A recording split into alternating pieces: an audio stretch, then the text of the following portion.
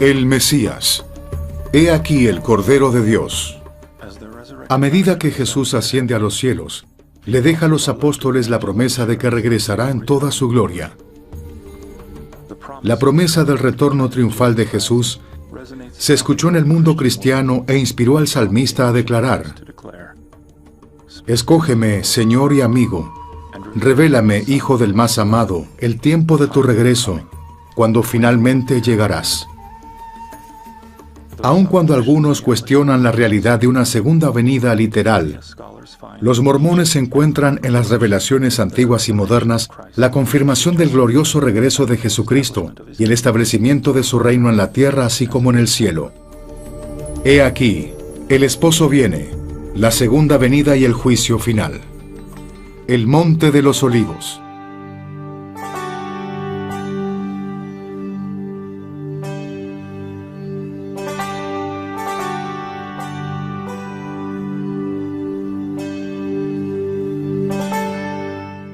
El Monte de los Olivos. ¿Qué lugar más significativo para la historia bíblica?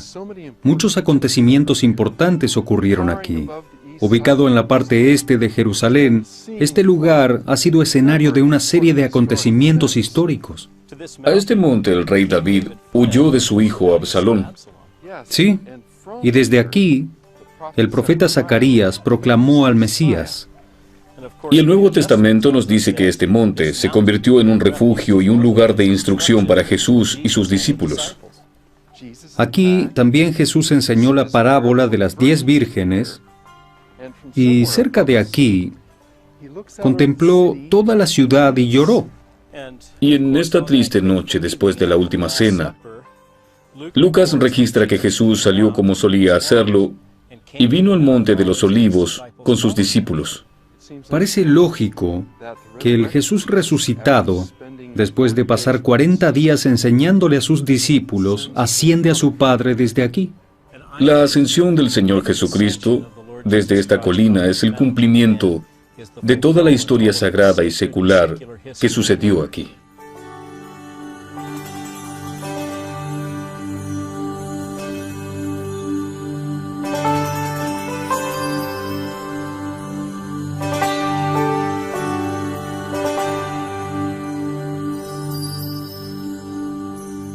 La Ascensión.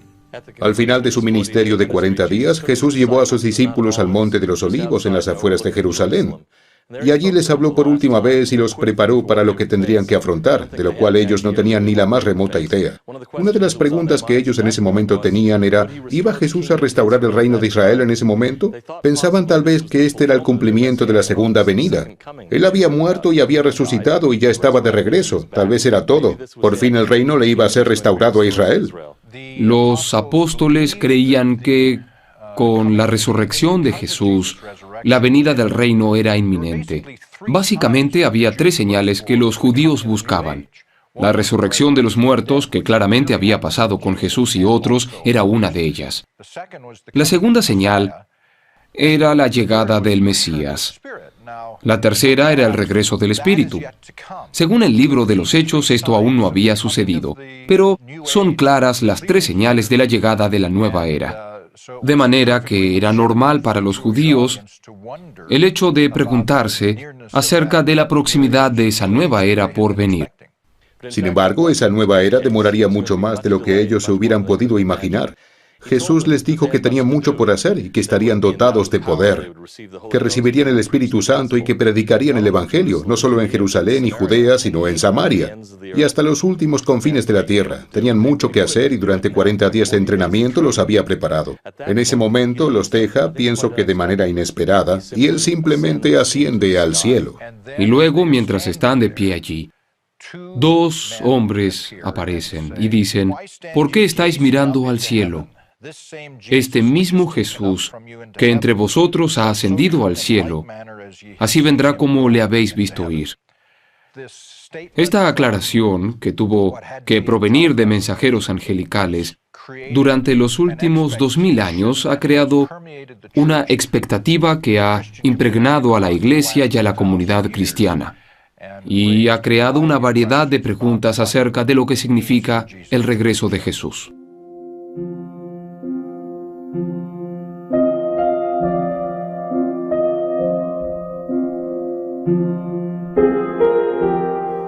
Centro de Estudios del Cercano Oriente, BYU, Jerusalén, Israel. El Antiguo y el Nuevo Testamento están llenos de profecías referentes a las señales de esos días. Estas señales deben cumplirse antes de que el Señor venga en su gloria. Eruditos y religiosos han estudiado estas profecías por siglos, tratando de determinar la fecha exacta de su venida. Sin embargo, al hacerlo, se ha perdido la idea de que la doctrina sugiere un plan más grande y complejo, que incluye tanto una apostasía como una restauración. Pablo le enseñó a los tesalonicenses, quienes querían saber si la segunda venida estaba cerca o no, porque no vendrá sin que antes venga la apostasía. La apostasía. La versión Reina Valera usa la palabra caída en el famoso pasaje de Tesalonicenses. La palabra griega usualmente se traduce a los lenguajes romances como apostasía y significa rebelión interna.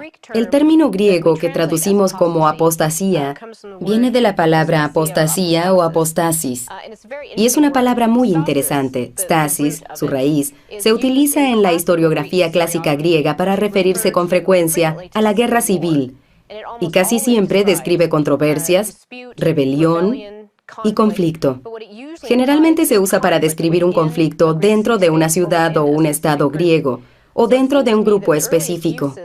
Así que a mí me parece que los primeros usos del término apostasía, que están íntimamente relacionados con esto, parecen describir no tanto los problemas internos de la comunidad cristiana, como el aumento de la incomprensión, la controversia y la confusión dentro de los mismos.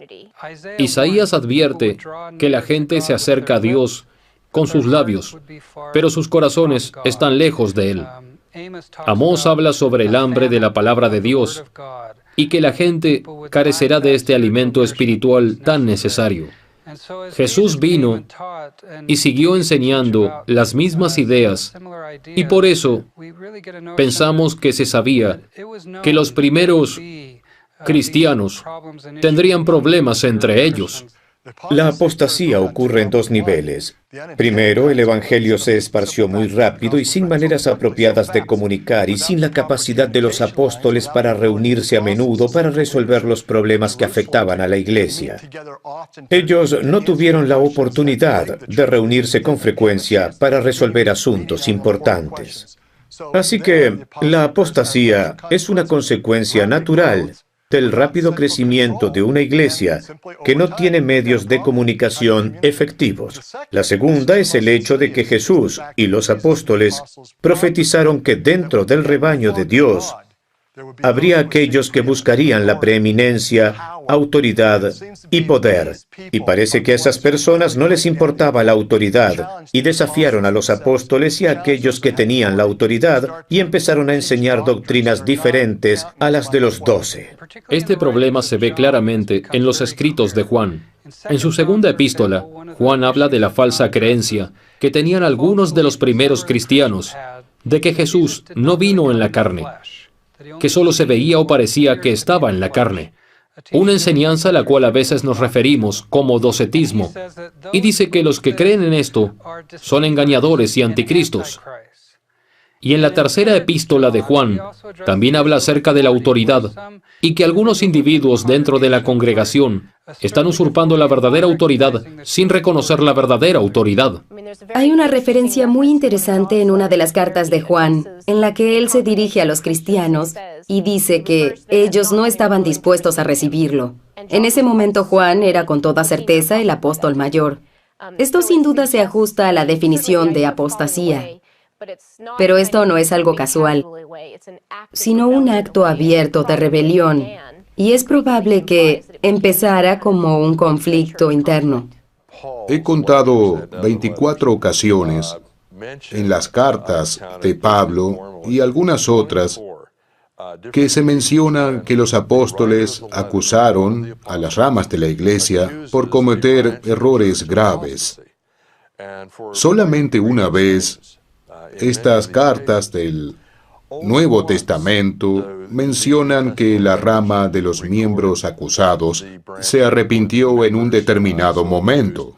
De hecho, Pablo y los otros apóstoles notaron muchas irregularidades entre los miembros. Pablo en un punto nos dice, toda Asia se ha vuelto contra mí. Con esto él quiere decir que las iglesias allá, en lo que hoy llamamos Turquía, eran congregaciones con experiencia resultado de sus primeras misiones. A menudo pasamos por alto la seriedad del problema, la clase de apostasía que ocurrió durante el primer siglo.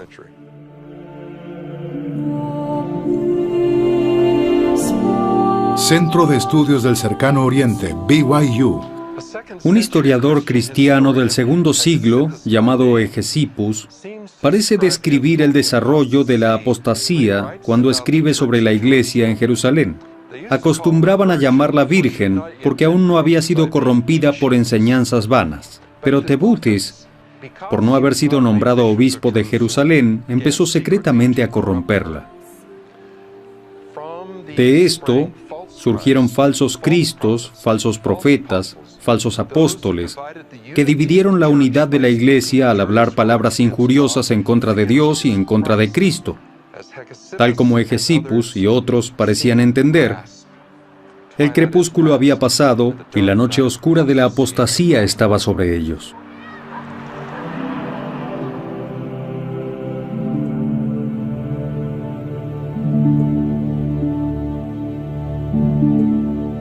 El oscurantismo. Los textos del Nuevo Testamento cuentan la historia de los apóstoles durante el primer siglo y las primeras décadas justo después de los apóstoles. Pero también existen otros textos, como por ejemplo, el Pastor de Hermes, el Apocalipsis de Pedro, los apócrifos de Santiago. Estos textos también nos cuentan lo que está sucediendo, y todos revelan que la apostasía es un tema común, algo que es bien conocido y debatido. También tenemos, por ejemplo, a Santiago, quien afirma que el espíritu de revelación y el espíritu de profecía están muriendo en la iglesia. En la actualidad, existen una serie de libros que no son canónicos, pero contienen algunos eventos históricos para ayudarnos a entender cuál era el tema de actualidad. Y uno de esos debates era qué era lo que estaba pasando con la iglesia. Uno de los pergaminos de Nag Hammadi se llama el Apocalipsis de Pedro, y este habla acerca de la apostasía en general. Enfáticamente dice, al principio muchos aceptarán nuestras enseñanzas y luego se alejarán de ellas por voluntad del padre de las mentiras, porque hicieron lo que él quiso, y él les mostrará en su juicio. Y quienes se hayan mezclado con estos se convertirán en sus prisioneros ya que carecen de entendimiento. En el mismo libro habla acerca de la gente ciega y sorda. Yo creo que esto es una referencia directa a la apostasía. Las disputas y controversias sobre la naturaleza de Cristo, sobre su papel como Redentor y sobre su relación con el Padre han continuado por siglos. Uno de los eventos más importantes en la historia de la cristiandad fue el Concilio de Nicea en el año 325 después de Cristo, en el que los clérigos debatían básicamente si Cristo poseía una naturaleza divina o casi divina, y por lo tanto diferente a la naturaleza del Padre. La controversia de alguna manera fue una disputa por una sola letra en el idioma griego, la letra iota o letra I. ¿Fue Cristo homousios, de la misma substancia del Padre? ¿O era homoiousios, de una substancia similar pero de diferente naturaleza a la del Padre? El veredicto final en el consejo fue que Jesús fue totalmente divino, porque si no hubiera sido divino, Él no podría salvarnos totalmente como estábamos destinados a ser salvados. Después de la muerte de los apóstoles, no hubo reemplazo de liderazgo en la iglesia. De manera que la iglesia cristiana primitiva no continuó con la misma organización, las mismas creencias y la misma autoridad.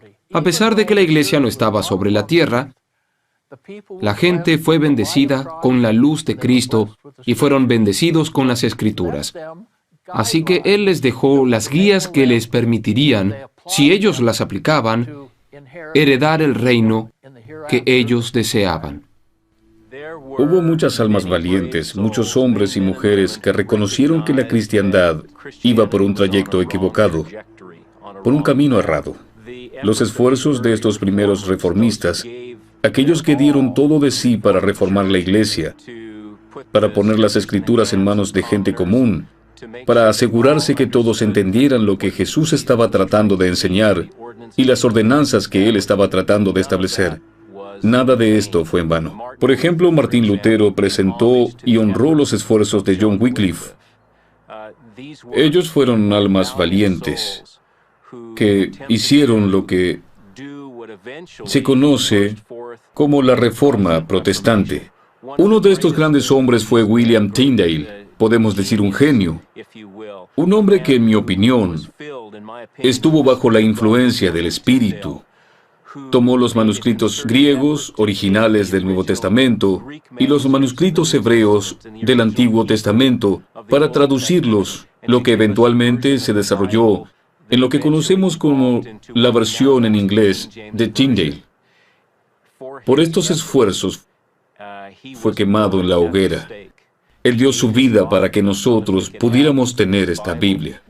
Pienso que el término edad del obscurantismo, en mi opinión, se aplica correctamente a cualquier época en la historia de la humanidad, cuando la autoridad de Dios en la forma del sacerdocio no está en la tierra.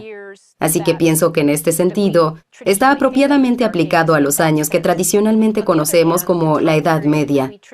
Por otra parte, el período que tradicionalmente consideramos como la Edad del Obscurantismo, la Edad Media o período medieval, fue una época cuando hombres muy religiosos y estudiosos trabajaban para interpretar, entender y articular de un modo interesante su teología y su fe en Dios. Y en este sentido no lo considero Edad Media en absoluto. La Restauración. La restauración, en un sentido, empezó cuando José Smith, quien aún no tenía 15 años de edad, entró a orar en un bosque. Se arrodilló en oración tratando de determinar a qué iglesia debería unirse, porque él sabía que era un pecador. Le preguntó a otros, ¿qué debo hacer para ser salvado? Durante 3 años, buscó, preguntó, investigó, y no podía encontrar una respuesta satisfactoria. Fue a un bosque creyendo en la amonestación de Santiago. Si alguno de vosotros tiene falta de sabiduría, pídala a Dios. Y se arrodilló en oración. Lo primero que el joven José aprendió fue que el poder del mal es real. Sintió que iba a ser destruido y después sintió un alivio y vio una luz brillante. Y en esta luz vio a 2 personajes gloriosos y en una ocasión dijo, la semejanza entre ellos era asombrosamente exacta. Durante esa visión aprendió que Jesús es el Cristo. Esa fue una de las grandes verdades reveladas, la expiación de Jesús, que Él es el Redentor y el Salvador del mundo. Y también en ese momento aprendió acerca de la segunda venida, que Jesús iba a volver. Aprendió muchísimo acerca del Salvador de la humanidad y acerca de la realidad de la apostasía, que la autoridad y las doctrinas verdaderas no estaban sobre la tierra.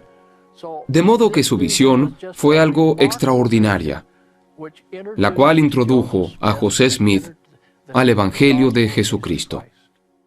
Pensemos en el joven José Smith, un muchacho creciendo en un hogar donde su padre es un granjero.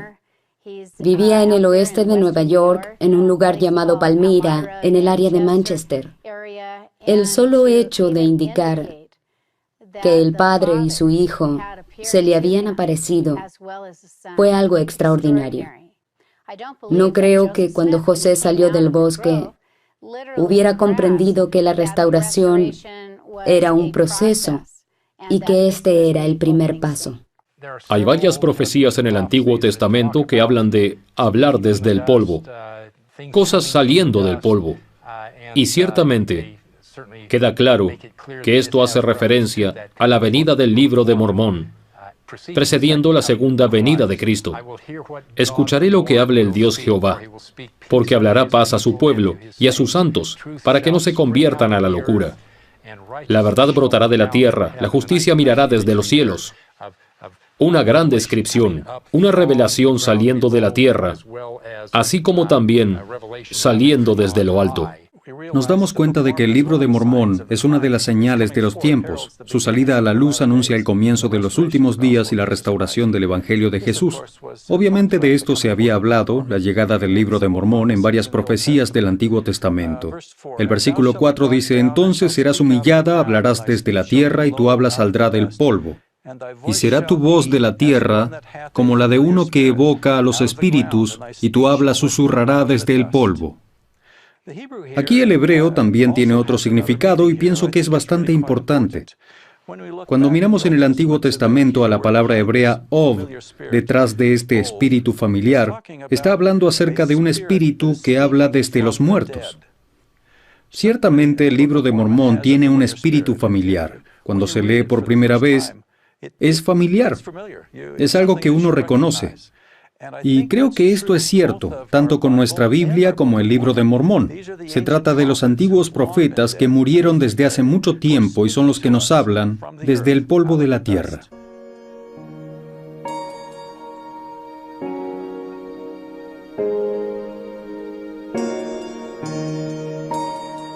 Parque Orson Hyde, Jerusalén, Israel.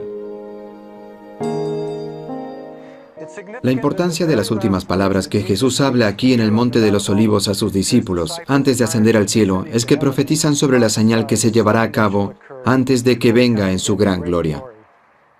Más recibiréis la virtud del Espíritu Santo que vendrá sobre vosotros, y más seréis testigos en Jerusalén y en toda Judea y Samaria y hasta lo último de la tierra. Esto es como una profecía que Él da antes de su crucifixión. El Evangelio del Reino será predicado por todo el mundo como testigo a todas las naciones. Hasta que Él no regrese otra vez, esto no sucederá.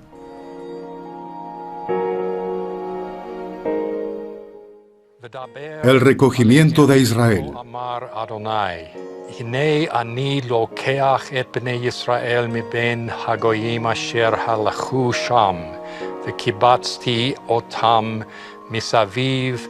והבאתי אותם אל אדמתה, ועשיתי אותם לגוי אחד. Y les dirás: así ha dicho el Señor Jehová, he aquí yo tomo a los hijos de Israel, de entre las gentes a las cuales fueron, y los juntaré de todas partes, y los traeré a su tierra, y los haré una nación en la tierra. Llevado a cabo maravillosamente, cuando vemos el Evangelio de Jesucristo predicado por todo el mundo, usando el Libro de Mormón como una herramienta para reunir junto al esparcido Israel de todas partes del mundo. Y tú, hijo de hombre, toma ahora un palo y escribe en él para Judá y para los hijos de Israel, sus compañeros. Toma después otro palo y escribe en él, para José, palo de Efraín, y para toda la casa de Israel, sus compañeros. Júntalos luego el uno con el otro, para que sean uno solo, y serán uno solo en tu mano. Ezequiel capítulo 37, versículos 16 y 17. Ezequiel 37 es maravilloso porque profetiza acerca de la llegada del palo de Judá y el palo de José. Como santos de los últimos días, a veces pienso que leemos esta parte con un poco de simplicidad y nosotros mismos nos hacemos daño cuando hablamos a nuestros amigos cristianos y judíos con tanta simplicidad. Porque si leemos el contexto y leemos cuidadosamente de qué se trata, es básicamente acerca de las tribus. Nos gusta pensar acerca de los palos siendo palos en los cuales enrollaban los pergaminos. Creo que hay algo de cierto en esto, pero el significado principal es que la tribu de Judea y la tribu de José, quienes se han caracterizado a través de la historia por estar en guerra con los reinos del sur y del norte, o el reino de Judea y el de Israel, o que por lo menos ha habido tensión entre ellos, que cuando llegue la hora de la segunda venida, ellos se unirán. Así que cuando se habla de que los palos se van a unir, él principalmente está hablando acerca de la unión de estas dos tribus. Y sin embargo, en medio de todo esto, ahí hay un gran significado. Muchas de las profecías de Isaías, Jeremías y Ezequiel pueden tener un segundo significado. El segundo significado es el instrumento que reunirá a estas dos tribus. En esa época había varios sistemas de escrituras. Podían escribir en pergamino o en esquelas. Los babilonios escribían en barro. Y también tenían lo que más tarde se llamó díptico, que es una tabla de madera con una hendidura en ella que rellenaban de cera y luego escribían sobre ella, así que lo usaban para tomar notas. Después de tomar notas, las pasaban a algo más permanente, solo tenían que suavizar la tela y la podían usar una y otra vez. Así que el profeta aquí está hablando de que tomen dos tablas en las que se pueda escribir. Así que tomemos una para José o Efraín y la otra para Judá. Y sabemos que esto obviamente se refiere al Antiguo Testamento y probablemente al Nuevo Testamento viniendo de la casa de Judá y el libro de Mormón que viene de la casa de Efraín. Esta es una maravillosa profecía que él hace aquí. Por supuesto, lo que se supone que el libro de Mormón debe hacer, continuando en el capítulo 37, supuestamente debe unir las dos casas por medio de la doctrina correcta y el entendimiento correcto y teniendo en cuenta quién era Jesucristo, el Mesías.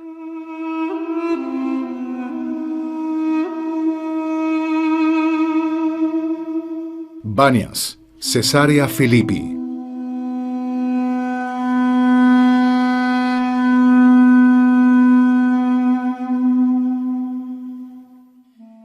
Hablando del último recogimiento de Israel, el profeta Jeremías dijo en el nombre de Dios de Israel: He aquí que yo los recogeré de todas las tierras de las cuales los eché, y los haré volver a este lugar, y los haré habitar seguros. Y haré con ellos un convenio sempiterno, y los plantaré en esta tierra en verdad, con todo mi corazón y con toda mi alma. Esta profética declaración transmite la idea no solo de un encuentro espiritual, sino también de un recogimiento literal, físico, en esta tierra que hace mucho tiempo Dios le prometió a Abraham, Isaías y Jacob. Para mí, el recogimiento de Israel y cuán importante es esta promesa para el Señor remite todo el gran convenio con Abraham. En esta promesa, el Señor le dice a Abraham que por medio de sus hijos todas las familias de la tierra serán bendecidas y recibirían el Evangelio, y los que creyeran serían aceptados en ese convenio. Esta promesa del pacto de Abraham es el hilo que se teje a lo largo de todos los evangelios y en todos los libros de las Escrituras, en cada dispensación. Así que, una vez que sabemos que somos hijos de Abraham, que hemos entrado en este pacto, hay esta extraordinaria responsabilidad y oportunidad de la cual Jeremías profetizó, que él enviaría a los pescadores a pescar los hombres y mujeres por todo el mundo. La idea de que una vez que sabemos que somos un hijo o una hija de Abraham, tenemos la maravillosa oportunidad de salir y ayudar a otros a encontrarla. Este injerto en el árbol, Jesucristo, el árbol de la vida en el sueño de Lehi, ese injerto de venir a Cristo y ser sellados a Él, llegando a ser parte de su familia, es la promesa del recogimiento de Israel. Él no ha olvidado a sus hijos. Como Isaías habló de Él, que Él nos ha grabado en las palmas de sus manos. Él no nos olvidará, y el recogimiento es una poderosa evidencia de que ese convenio es real. Cuando vine hace años a la ciudad de Jerusalén, estaba en el proceso de reconstrucción. No se parecía a lo que es ahora. Estaba yo caminando por una de las plazas del barrio judío de Jerusalén y vi a algunos ancianos caminando con sus manos por detrás de la espalda, mujeres empujando carros de bebés y niños jugando en la plaza. Y pensé particularmente en este pasaje. Así dice Jehová: Yo he resucitado a Sión y moraré en medio de Jerusalén. Y Jerusalén se llamará la ciudad de verdad, y al monte de Jehová de los ejércitos, monte de santidad. Así ha dicho Jehová de los ejércitos: Aún han de morar ancianos y ancianas en las calles de Jerusalén, y cada cual con su bastón en la mano por la multitud de sus días, y las calles de la ciudad estarán llenas de muchachos y muchachas que jugarán en ellas. Después de la destrucción del primer templo en el año 586 a.C., y la destrucción del segundo templo en el 70 después de Cristo, Inclusive después de los grandes desafíos que cayeron sobre el recién creado Estado de Israel en 1948, nadie hubiera predicho con tanta precisión lo que el Señor llevaría a cabo en su propio tiempo. Y Él lo ha hecho, y yo lo he visto, y aprendí una valiosa lección. Uno puede confiar más en las promesas del Señor que poniendo su fe en la ciencia del mundo, porque los estudiosos no hubieran predicho lo que nosotros literalmente hemos visto desarrollarse con nuestros ojos. Un recogimiento espiritual. El recogimiento tiene una dimensión tanto literal como espiritual.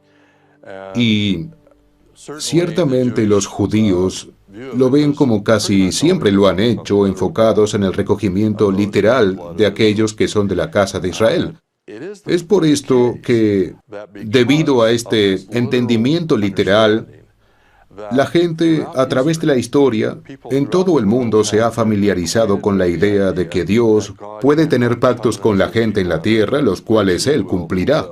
Y entonces el resto de ellos que estarán dispersados sobre la faz de la tierra serán recogidos del este y del oeste, del sur y del norte, y llegarán al conocimiento del Señor su Dios que los ha redimido. Y el Padre me ha mandado que os dé esta tierra por herencia, hablando de otra tierra prometida y otra herencia. Luego continúa diciéndoles que como la simiente de Abraham, el Padre me ha levantado para venir a vosotros primero y me envió a bendeciros apartando a cada uno de vosotros de vuestras iniquidades, y esto porque sois los hijos del convenio. El presidente Kimball se refirió a esto cuando habló en la Ciudad de México acerca de los que vienen a Cristo. México será la tierra de su herencia, y aquellos en Suiza harán Suiza la tierra de su herencia, sugiriendo nuevamente que donde sea que se encuentre la gente de Dios, quienes han hecho el convenio, donde se construya un templo, tendremos una tierra de herencia. Tenemos un poderoso recordatorio de la presencia de Dios, donde Él enseñará, protegerá y los dirigirá a recibir la plenitud del Evangelio. El análisis final es acerca de las creencias y la fe de los individuos. Así que vemos todas las imágenes del recogimiento que finalmente llegan a este punto, que para todo ser humano, la pregunta es, ¿se arrepentirán? ¿Creerán en el Dios sagrado de Israel? Pues si así lo hacen, serán recogidos.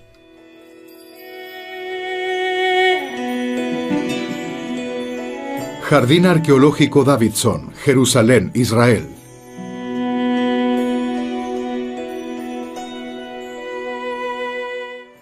Estas puertas, ahora cerradas, en días de fiesta y horas de oración, se llenaban de fieles que entraban y salían.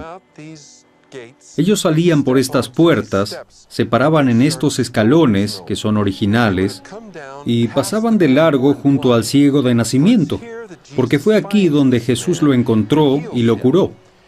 ¿Recuerdan la historia? Él tomó barro y ungió sus ojos, y le envió por la colina hasta el estanque de Siloé, y él regresó viendo. Creo que este milagro contrasta con el milagro previo en el Evangelio de Juan, donde Jesús cura a un hombre al otro lado de los terrenos del templo, quien había estado enfermo por 38 años. Aquel hombre lo rechazó. Este hombre, ciego de nacimiento, lo aceptó. Creo que este es el dilema que enfrenta todo el mundo. ¿Cuál es mi reacción hacia Cristo? Y este será el caso hasta la segunda venida. Sabe, Kent, usted tiene razón acerca de eso, la segunda venida. Cuando lo pienso, Jesús mismo provee la fuente más importante de información acerca de la segunda venida. Todos los 4 evangelios lo presentan hablando abiertamente de su regreso. Lo hace en parábolas, lo hace en profecías, lo hace con claridad. Él proclama que Él regresará a la tierra. Es allí, en el Monte de los Olivos, donde Jesús responde a la ferviente pregunta de sus discípulos. ¿Cuándo sucederán estas cosas? ¿Y cuál será la señal de tu venida y del fin del mundo?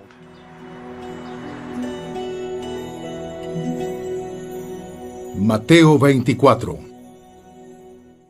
Mateo 24 es el relato más completo que tenemos en lo que se llama el discurso del Monte de los Olivos, donde Jesús habla a sus discípulos acerca de la destrucción de Jerusalén y su eventual regreso. Yo creo que sus discípulos necesitaban la información contenida en este discurso, medio que Cristo usó para prepararlos. Todas sus expectativas mesiánicas estaban a punto de desvanecerse. Muchos de ellos tal vez todavía estaban aferrados a la visión contemporánea que el Mesías iba a ser un líder político y militar. Lo que él sabía era que en pocos días él estaría muerto y en la tumba, y sus discípulos estarían muy confundidos. Así que pienso que era muy importante que él les dijera sobre la gloriosa restauración de Israel y el tiempo en el que él gobernaría la tierra llegarían, pero no sería ahora. Él no les da un día. En cambio, les da una serie de circunstancias. Por lo tanto, la segunda venida está ligada más a acontecimientos que a fechas reales. Cuando veáis estas cosas, sabed que estoy a las puertas. Versículo 6. Y oiréis de guerras y rumores de guerras. Mirad que no os turbéis. Es interesante, lo que el Señor está diciendo es, las guerras continuarán, porque es algo endémico. Eso es parte de la horrible historia de la humanidad y no esperen que mejoren los últimos días. De hecho, el Señor dice que van a empeorar y les dice, pero mantengan su fe porque yo todavía estoy a cargo. Versículo 14. Y será predicado este evangelio del reino en todo el mundo para dar testimonio a todas las naciones y entonces vendrá el fin. No dice que vamos a tener conversiones en estas naciones. La conversión no es necesaria. No obstante, el evangelio debe ser predicado, solo entonces el Señor va a venir. Una de las cosas que hace de Mateo 24 este recuento del discurso en el Monte de los Olivos, mucho más extenso que las versiones de Marcos y Lucas, es que estas profecías que los tres comparten en el Evangelio Mateo son seguidas por enseñanzas específicas. Me gusta llamarlas las parábolas de vigilancia. Y me encanta el versículo 27, porque como el relámpago que sale de oriente y se muestra hasta el occidente, así será también la venida del Hijo del Hombre. La imagen es que cuando los relámpagos resplandecen a un lado del cielo, usted los ve a través de todo el cielo. Así será de público el regreso final de Jesús. Es en este momento de mayor angustia para los seguidores de la justicia, cuando todo parece perdido. Una de las profecías de Jesús referente a su venida en toda su gloria se cumplirá, y la vemos en Mateo 24. Sí, y aparecerá la señal del Hijo del Hombre en el cielo. Y entonces se lamentarán todas las tribus de la tierra, y verán al Hijo del Hombre, que vendrá sobre las nubes del cielo, con poder y gran gloria. Conectando esto, la señal aparecerá en algún lado en el Monte de Olivos. Incluso con solo tocar el monte con su pie, este se va a dividir en dos.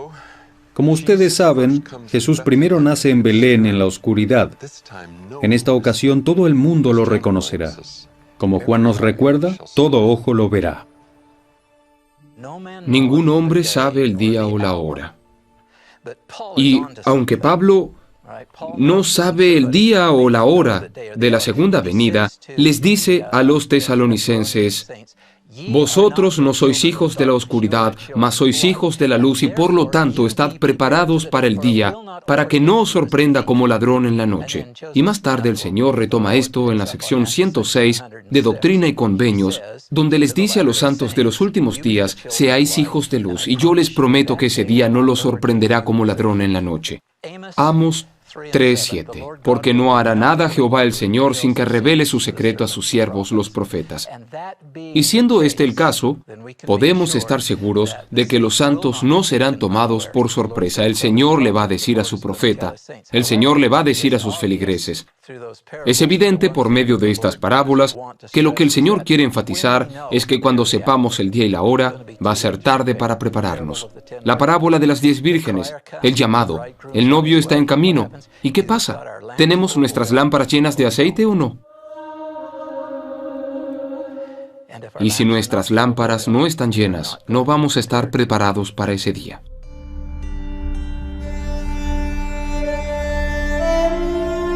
Armagedón.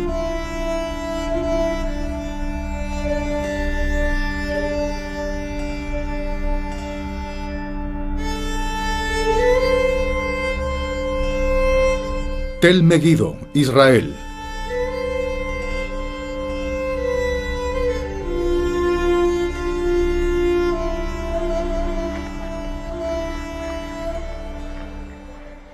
Cualquiera que estudie las señales de la segunda venida entiende que junto con la predicación del Evangelio a todas las naciones, junto con el recogimiento de Israel, también habrá una reunión de los ejércitos para pelear contra los creyentes. Las Escrituras indican que esta batalla culmina con ejércitos amontonados aquí, en el cerro de Megiddo, para la batalla del Armagedón.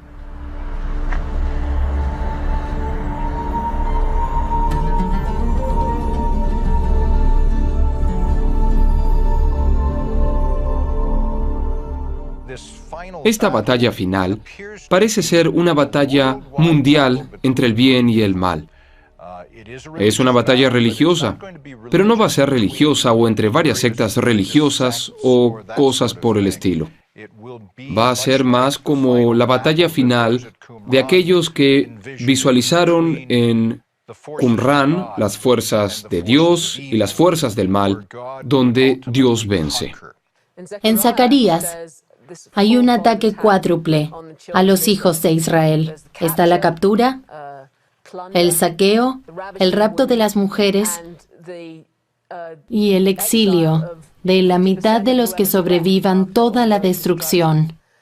Y esta es una metáfora de cómo van a ser las cosas en esta gran batalla. Será una guerra de almas, así como una guerra física. Abarcará a todo el mundo. Nadie va a quedar por fuera. Babilonia es un símbolo para todo lo que es negativo, todo lo que se desvanecerá, todo lo que se destruirá.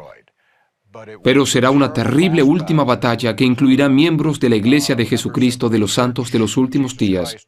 Ellos no serán inmunes al dolor y sufrimiento de esta batalla. Una de las cosas de estas escrituras apocalípticas es que nos causan miedo y causan que mucha gente especule. Algunas veces encuentro estas cosas un poco productivas para mis propias creencias religiosas. Creo que nos las dieron para ayudarnos y advertirnos de las cosas que vendrán, una muestra de misericordia por parte del Señor. Es importante saber que las calamidades vendrán, que han sido previstas, que son parte del plan de Dios para este mundo. No sabemos exactamente lo que va a suceder en cada batalla, no sabemos todos los detalles, pero sí sabemos, en términos generales, algunas de las cosas que sucederán en los últimos días de esta dispensación. El milenio. Cuando Jesús descienda en las nubes, con fuego y gran gloria, cuando sus pies toquen nuevamente la tierra, aquí en el Monte de los Olivos, por donde caminó miles de años atrás, entonces Él dará comienzo al grandioso y pacífico milenio. De hecho, con un lenguaje muy vívido, el profeta Isaías describe el reinado milenario de Jesucristo. Aquí están sus palabras. Juzgará con justicia a los pobres y fallará con equidad por los afligidos de la tierra. Herirá la tierra con la vara de su boca y con el soplo de sus labios matará al impío. Morará el lobo con el cordero, y el leopardo con el cabrito se acostará. El becerro y el león y la bestia doméstica andarán juntos, y un niño los pastoreará. No harán mal ni dañarán en todo mi santo monte, porque la tierra será llena del conocimiento de Jehová, como las aguas cubren el mar. Realmente será algo digno de ver, ¿verdad? Así es.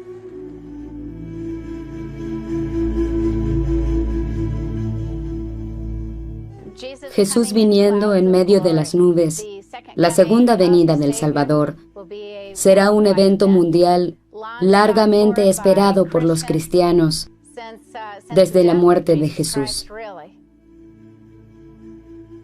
¿Cuándo vendrá? ¿Quién estará con Él cuando Él venga para ese maravilloso reino milenario? Los justos vendrán con Él. Incluso los justos que aún están en sus tumbas se levantarán. Será un tiempo maravilloso para los justos, así como para los padres, quienes podrán criar niños para la salvación.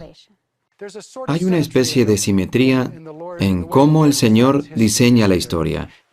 Todo comienza en un estado paradisíaco y continuamos avanzando hacia un estado paradisíaco, solo que mucho más exaltado, porque no solo estamos volviendo al principio, estamos volviendo a algo mucho mayor. Regresaremos no solo como individuos solitarios, los esfuerzos, el trabajo del milenio, nuestro trabajo, ahora es un trabajo familiar. Es una escena donde participan generaciones para unir todas las cosas y el Señor, Cristo, le traerá al Padre el reino que es su reino de familias unidas mediante convenios. Creo que hay un sentimiento de soledad y separación en cada corazón humano, y del cual no hablamos mucho. Pero si vemos la manera en la que nos comportamos, estamos actuando para llenar esa soledad. Todos lo hacemos. ¿Me hará el dinero sentir menos vacío? ¿Hay en el mundo una persona a la que pueda amar y entonces no me volveré a sentir solo? Mis hijos, si tengo bastantes y si son lo suficientemente buenos, ¿harán que yo nunca me sienta solo otra vez? No. No. Somos animales solitarios. Esta es la naturaleza de la condición mortal, porque estamos separados de Dios. Así que cuando hablamos del final de la escena, creo que la parte inescrutable de ello será que se habrán ido, que estaremos de nuevo en su presencia y nos sentiremos completos, llenos, nos sentiremos a salvo, nos sentiremos parte de todos. Todos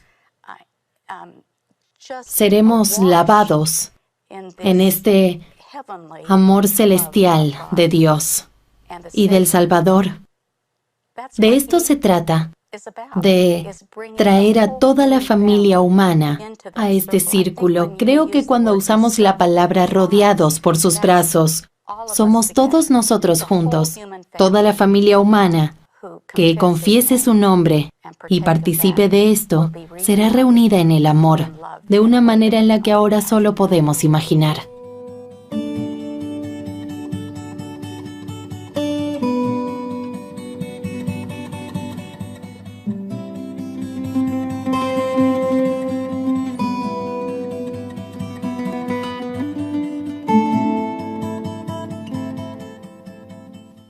Parece que la intención de Dios desde el principio era esta familia eterna que vendría al mundo a experimentar la vida en todas sus posibilidades, enriqueciendo así su camino para ser como Jesús.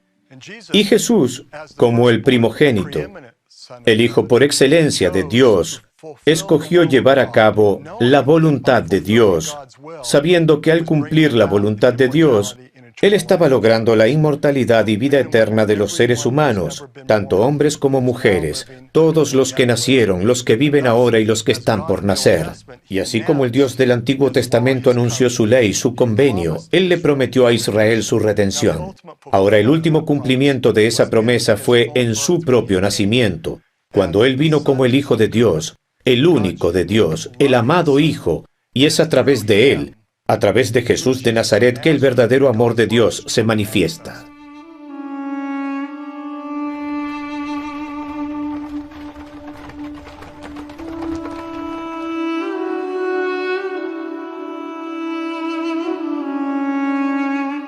Forfrukirke, Iglesia de Nuestra Señora, Copenhague, Dinamarca.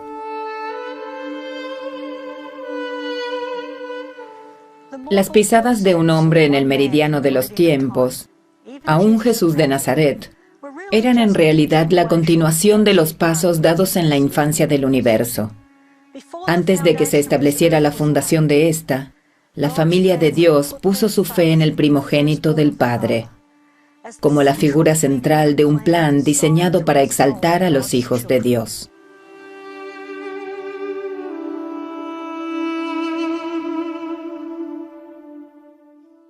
No tendrán más hambre, ni sed, y el sol no caerá más sobre ellos, ni calor alguno, porque el Cordero que está en medio del trono los pastoreará, y los guiará a fuentes vivas de agua. Y Dios limpiará toda lágrima de sus ojos. Sin el Salvador, el plan del eterno Dios, nuestro Padre Celestial, se hubiera frustrado completamente, a menos que el Salvador hubiera roto las ataduras de la muerte para que pudiésemos resucitar como Él y vivir eternamente, sin tener que pasar por el sufrimiento de Getsemaní, que nos libera si nos arrepentimos de nuestros pecados. Pero no solamente eso, nos convierte en verdaderos discípulos de Cristo, donde dejamos al hombre natural. Sin el desempeño del Salvador en todo esto, no seríamos ni siquiera capaces de soportar la presencia de Dios. Si escogemos, podemos seguir al Salvador y hacer las cosas que Él nos invita a hacer y regresar para estar con Él por siempre jamás. Su intención original era llevarnos de regreso como una familia. El Padre escoge a Jesús de Nazaret, su Hijo primogénito, el Señor Dios Jehová, el Dios del Antiguo Testamento, Jesús el Mesías, Jesús el Señor resucitado, para cumplir su voluntad. Y así nos asombramos que Él mismo escoge cumplir completa y cabalmente la máxima voluntad de Dios, de llevarnos a su presencia para poder adorarle. Y en esto se manifiesta el amor de Dios, que Él murió por nosotros, aun siendo pecadores.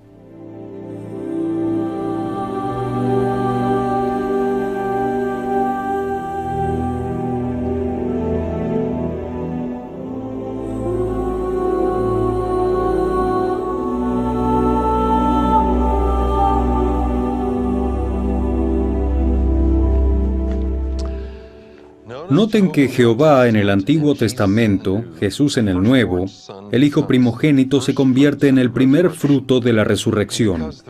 Y desde que Jesús resucitado habló abiertamente de su glorioso regreso, desde entonces millones lo han estado buscando. Jesús el Cristo reinará durante un milenio de paz y conversión, al final del cual cada alma habrá recibido la oportunidad de aceptarlo o rechazarlo como el Hijo de Dios y el Salvador del mundo.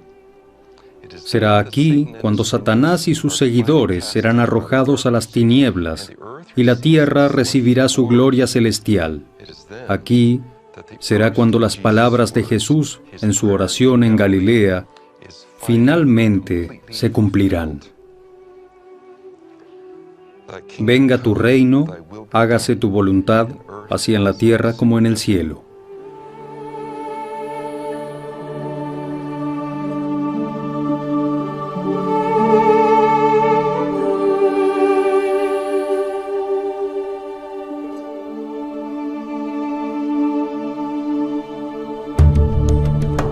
El Mesías.